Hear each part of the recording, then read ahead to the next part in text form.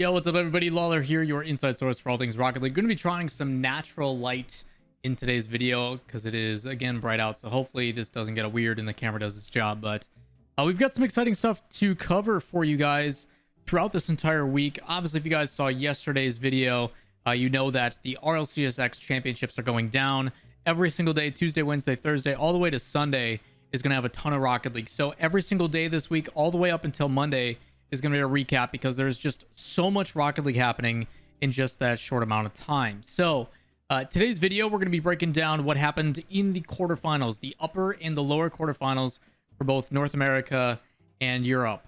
As a heads up, these literally happened yesterday, so this is going to possibly, for those that haven't gotten the chance to watch, be a bit of a spoiler. That's going to be happening all week long, so just want to give you guys a heads up before we get into it, that there is going to be a lot of spoilers in this if you have not gotten the time to sit down and watch the matches from yesterday. So keep that in mind. But with that said, let's get straight into the recap.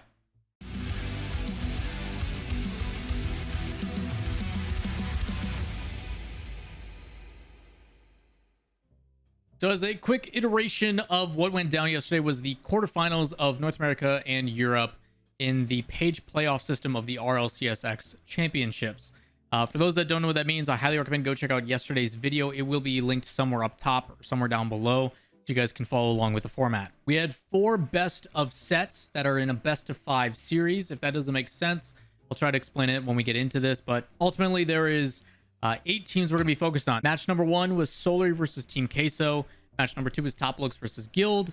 Match number 3 was G2 versus Faze Clan. And match number 4 with Space Station versus Rogue. We're going to be going in that order, breaking down these matches, the results, what ended up happening. And man, even though there was a ton of Rocket League, it was like a 10-hour broadcast day, there were some pretty exciting things to talk about before we actually get into the physical breakdown. Number 1, new overlay, really clean. The only downfall of it is I do think the name, because it is pushed in the very bottom left, is a little bit tough at a quick glance to know who is who when they're playing. Maybe they can tweak that and do some adjustments with that.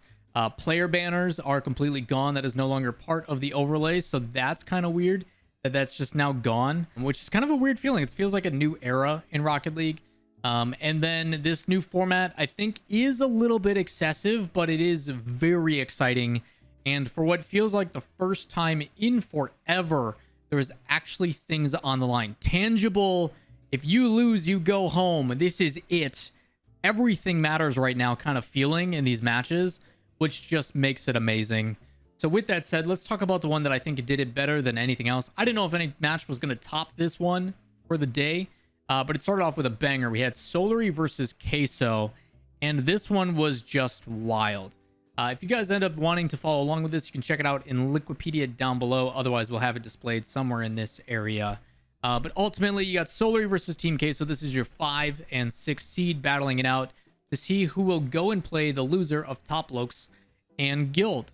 So Solary Team Queso starts off, and we are doing 3 best of 5s as long as a team doesn't win 2 back-to-back. So in Series 1, it starts off, and Team Queso comes out of the gate, Spanish style as always, super aggressive in your face, and that was very telling throughout this entire series. Super egocentric, just going to challenge everything, going to beat you to the ball, going to bump, demo, be aggressive to the best of their ability, and try to overwhelm Solary that usually gives a little bit of space. And it does work. Game 1 goes to overtime, 2-1, and then the following game 3-1 for Team Queso. And this is normally when you would start to see those adjustments, which does happen. Solary bounces back 3-2, and then the game gets closed out with Team Queso being the more dominant team with that aggression in the first series, 3-1. So the way that it works in a best of set, now that Queso has won the first best of 5, that gives them 1 point. We now go to the second best of 5, and this is now set point for Solary. If Solary does not win this next best of 5, they're eliminated. Team Queso moves on. Luckily for us, that doesn't happen. We get some more excitement. This one, again, another back and forth. Solary, quick little break because they did about a 2 to 3 minute break in between every single series.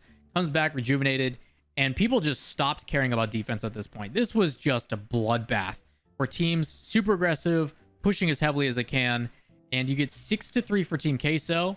Then Queso turns around and shuts them out 2-0, and then Solary shuts them out 4-0, and then we finally neutralize and it goes back to normal 3-2 in favor of Solary. And that was the exciting moment, is you're going down, it's 2-2, one goal and you lose and you get eliminated, and that's everything. And Solary does clutch it out. We then go to our third and final series. It is now 1-1 in the set. We finally go to our final best of 5, and this one goes the distance, which I think is the best part. It is no longer a 3-1. We now go to game 5. Game 1 is 4-1. Game 2 is 2-0. Game 3 is 1-0. So 2 for Solary, 1 for Queso. We now go to game 4. It's another 1-0. So we're 2-2. It's all tied up. It is the absolute distance. We're playing a best of set down to the final wire. This series, or this best of set series, took 2.5 hours on broadcast. Solary and Team Queso controlled the entire broadcast for a full 2.5 hours to see who was going to win. And it comes down to 1 goal in overtime. It's game 5. It's 1-1. We get to 8 minutes and 26 seconds of overtime. And unfortunately, Solary succumb to a rough rotation. It happened a few times earlier where they got punished. And in this circumstance, Atomic, who played out of his mind and was probably the MVP for me in this specific set, ends up scoring one near post off a pass where I don't think it was Astral. I'm pretty sure that was rotating through that, just couldn't get the jump and try to get a save. So this, I think, is in contention for one of the best overtimes. There's so much pressure and so much on the line. You're talking, what, 4, 8, 15? So you're talking 13 games coming down to 1 goal to see who moves on. And it's awesome. This overtime was not lazy. It was a little bit of boom ball, but a lot of aggression. Unbelievable saves where people are just in places where a shot would come in. You're like, oh, here comes the follow-up shot. It's over. And then Shazette or Astral or someone would be there to make this incredible save and keep it going. This series was a great way to start the day and probably one of my favorites until we talk about the last one. Immediately following that, we then get to Top Blokes versus Guild, where everybody on the analyst decks picks Guild, rightfully so. They're considered like a top 3, possibly top 2 in the region, while Top Blokes has kind of been suffering lately. They've been kind of falling. They hit a plateau and it's starting to be a downward decline, and things aren't going that great for Top Blokes. But people forget that Rams and the rest of that team work very, very hard, and not saying others don't, but they have 3 weeks to kind of game plan for this match, ready to go. And this one's a big one because the winner of this goes to play Vitality, while the loser has to play another match, in this case the winner, which is Queso. And then if you still win that, you go to play BDS, which is not a good time. So winning this means you're playing BDS or Vitality. I would take winning and playing Vitality personally, also not having to go through another match. So Top Blokes versus Guild. Everybody's in favor of Guild because Guild's been playing incredible as of late. And I think Twitch chat at first was like a 75 to 25% vote in favor of Guild. And then Top Blokes decides to show up when it matters most and hold them to 1 game. Now, I'm not talking like 1 game that they ended up winning a best of 5 in. I mean 1 individual game. Top Blokes in the first series in this best of 5 wins game 1 2-1, loses game 2 2-1, and then does not lose again, and they move forward. Like, just, it's been a really long time since we've seen Top Blokes and Archie step up to that level. And there's a lot of different factors and pieces that I think are really important on Top Blokes, and a lot of it really has to do obviously with Archie playing well, but primarily for me it's usually Cassio. I think Cassio does a really good job of facilitating in the midfield. His accuracy is really important, and everybody, like a true team effort from Top Blokes is what allowed them to get this victory. So hats off to Top Blokes. They played incredible. They get the victory and they move on. There was 3 overtimes, one in that final game, game 4 of series 1, where it was 3-2, 4 minutes and 7 seconds of overtime. And then in series 2, game 1 and game 2, 7 second and 20 seconds of overtime. So 3 overtimes back to back to back. Nail biter. By no means did Guild not put up a fight. Every single game, if I'm correct, was a 1 goal differential. It was a nail biter. Like, these matches have been so good and so close. I will say though, the Top Blokes and Guild match was extremely sloppy. There was a lot of mistakes, a lot of whiffs, a lot of players that just could not find their footing. And we got to see them comfortable online where things don't matter as much. We're now seeing the flip side of that, where all the pressure is on the line. Everything is do or die. And I don't know if it was the nerves or people just not really able to get into a groove because of the pressure or what the situation was. But man, it was close. And there was a lot of mistakes, which made it really entertaining. But Top Blokes, 3-0 in Series 2, 3-1 in Series 1, 6-1 in game differential. They move on to play Vitality, while tomorrow Guild will play Team Queso. So keep that in mind. Tomorrow, Guild Team Queso, first match of the day. Shifting gears, we then go to North America, where we've got two matches, G2 versus Faze and Space Station versus Rogue. We're going to tackle G2 versus Faze as well. And very similar, actually, to the Top Blokes series versus Guild. G2 came ready to play. Faze, again, keeping it extremely close. The big difference here, though, is over the course of 7 matches, Faze only scores 5 goals. G2 does a really good job of just suffocating and not allowing Faze to score.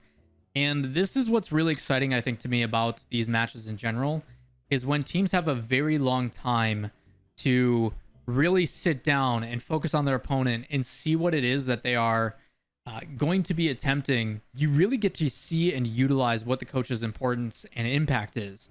And I think that's something that's really exciting and something that isn't really emphasized enough. In Rocket League, you don't really get to know the direct impact of a coach. And I think these moments more than ever, when the pressure's on the line, not only do you have that person behind the scenes being like, yo, these are the things that are important, etc., but just being able to enact a game plan and see how effective it can be. This one really felt like that from G2. G2 really felt like they had a purpose and a reason they came in. This is also a rematch of the Spring Major that we get to see recreate, and G2 did not let up on this one. So it starts off with an overtime, 6 seconds right off the kickoff. G2 does secure that. We then go into game 2. It's 3-1 in favor of Faze, and then a shutout, 1-0, another overtime, 1:12, and then 2-1 in favor of G2 to close it out, 3-1.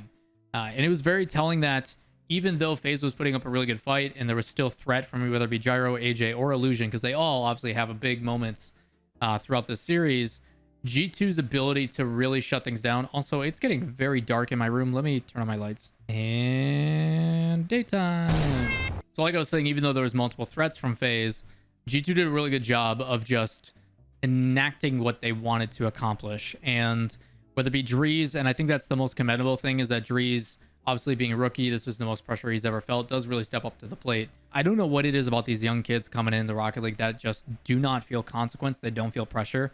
They're just so ready to play at the top level right away. It's really commendable. So that ends up happening. G2 gets some confidence. And then from there, it's like Faze can't do anything. So much to the fact that in the second best of 5, G2 3-0s, and they don't enable a single goal. It is a perfect 3-0 sweep. 1-0, 3-0, 2-0. I mean, you're talking 6 goals to nothing. And that's scary. A G2 that is feeling like this, and that's going to be more so the interest in my part, is will momentum from day to day carry, or if it is going to be just a one-day thing, will be interesting to see. But man, G2 really had a game plan and they executed well. Shoutouts to obviously Jazzo and everybody else on that roster. Chicago, JNaps, and Drees playing really well. Unfortunate for Faze, they put up a really good fight. It's just G2 had their number today. And I don't know if that was due to game plan or what the situation was, but G2 looking good. They're definitely my dark horse. I think as time progresses, Drees is going to get better and better with the squad, and you're seeing that. So hats off to G2. You move into the lower quarterfinals, where you will play the loser of the next match we talk about. I mentioned at the very beginning of this video that the Solary match between them and Team Queso is probably one of my favorites, and I was pretty keen on that. And then I saw this series between Space Station and Rogue, which, again, another bloodbath. Just an absolute battle, and you got to see two conflicting play styles in their own right really clash against each other, and it just makes me really wish we had this stuff on LAN. Starts off Space Station in Series 1, where they start off 2-1, and then Rogue, high-flying, really aggressive, defense kind of going out the window. 5-3 in favor of Rogue. So it's tied 1-1 in the series. We then go to Game 3, kind of the neutralizer, and it goes 3-2. It's 2-2 going into overtime, and then Space Station at 2 minutes and 50 seconds does score and ends up winning. So that puts them on match point. We then go into the next game, and Space Station does a really good job of closing it out. Something that I commend Space Station a lot for, in particular Chrome, one of the better coaches in my opinion. Really good job of enacting a game plan and trying to stay ahead of the curve. Once he figures you out, he will do everything in his power to make sure that the team continues to progress and snowball. And he shows that exactly here, completely shutting out Rogue. And it really was telling in the way that Space Station really wanted to approach this game. Obviously, aggression, bumps, demos, whatever it may be, urgency to the ball is number one, especially against a team like Rogue. And I think Space Station actually matches up really well against Rogue. Rogue is fast, aggressive, does a lot of things. But Space Station has, to me, always been associated, especially in the past year or so, with a challenge that is very aggressive and then really well followed up. And it's good to see that still be, I guess, impactful in this moment when it's so important. and the fact that you're still enabling, even with kind of this new aggressive playstyle that they're trying to enact, where the skill ceiling can be extremely high, Space Station looking extremely dangerous. And I thought, after seeing this first series, how is Rogue going to react? What is Corrupted G and his squad going to do to pull this together? And probably why I do enjoy this format so much, even though it does feel a little bit extra. It's just, when there's nothing else going on, it's really exciting. So we then jump into Series 2. Space Station is up. Obviously, one series. They need to win another to close it out. Game 1, again, I thought it was going to possibly swing in the favor of SSG, and Rogue's like, nah. They go to overtime again, 2-2, 4-19 in overtime, and Space Station wins that one. And that seems to be the difference maker. These overtime wins, I don't know what it is about Space Station, but just like built different, as Spaceman would say, they're just so tall. I don't know what it is, but Space Station in overtimes, man, is becoming a really, really good thing for them, because they close them out quite well. They have 3 in particular throughout this best of set. Second game, Space Station then puts themselves at match point, where they win 3-2. And then obviously the pivotal game 3, where teams make their adjustments and have time to kind of figure out what the heck's going on. Rogue comes out and wins 6-0. I'm like, yeah, man, wrap it up. Space Station's got this. It's done. And then Rogue just comes in big in the locker room and is like, nah, we're here to play. They win 6-0 in game 3, 2-1 in game 4. And I think this is very telling of how Space Station, again, goes back to those adjustments. You're taking a 6-0 game where things just kind of get blown out. Chrome and the rest of the boys immediately make that adjustment. They keep it close, 2-1.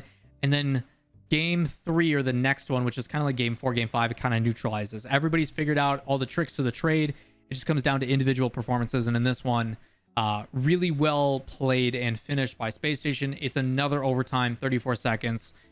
Space Station has various kickoffs that they like to do, whether it be kicking it back to the corner or different approaches. I remember when I was helping out Renegades a long time ago, we focused heavily on what Space Station did with their kickoffs, and I know the Renegades boys do like to focus and pay attention to them for that. Dignitas also another one. But Space Station on kickoffs is lethal, finding a way to get possession and keep that pressure. And they do it here 34 seconds after initial rally. They close it out 2-1. They do win and will move forward to go and play Team Envy in the semifinals.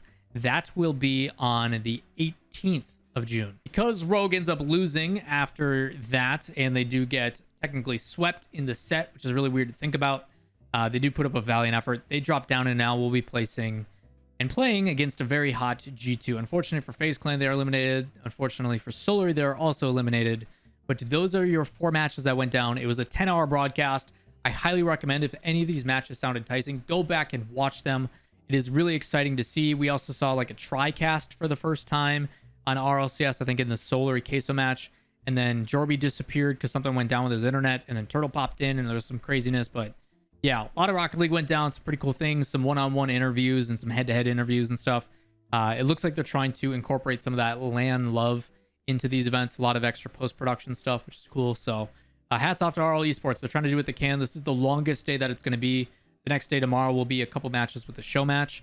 So 3 matches instead of 4, which should shorten things a little bit. I still don't know what the show matches are going to be, if it's going to be just like a single game or if it's a best of 5 or what it is. But ultimately, some really exciting Rocket League that will continue tomorrow. I'll be doing a watch party for it. If you guys would like to come join, twitch.tv/Lawler from every day but Tuesday and Sunday. If you'd like to come hang out, we'd love to have you in chat and just break this stuff down and enjoy being a fan. It should be a lot of fun, but that is going to wrap it up for your recap. We'll be doing a recap, like I mentioned, every single day moving forward for all of these matches. So as a big disclaimer, again, as a heads up, if you have not watched the matches, hold off a little bit on watching the video until you have. If you don't care, then come tune in and figure out what the heck happened, and then we'll go from there. So hopefully you guys enjoyed the videos, the highlights that have been playing, and some of the exciting moments. But that is going to do it for this video. As always, if you enjoy the content, give it a thumbs up. Questions, comments, concerns down below, along with stuff in the description if you'd like to follow along personally.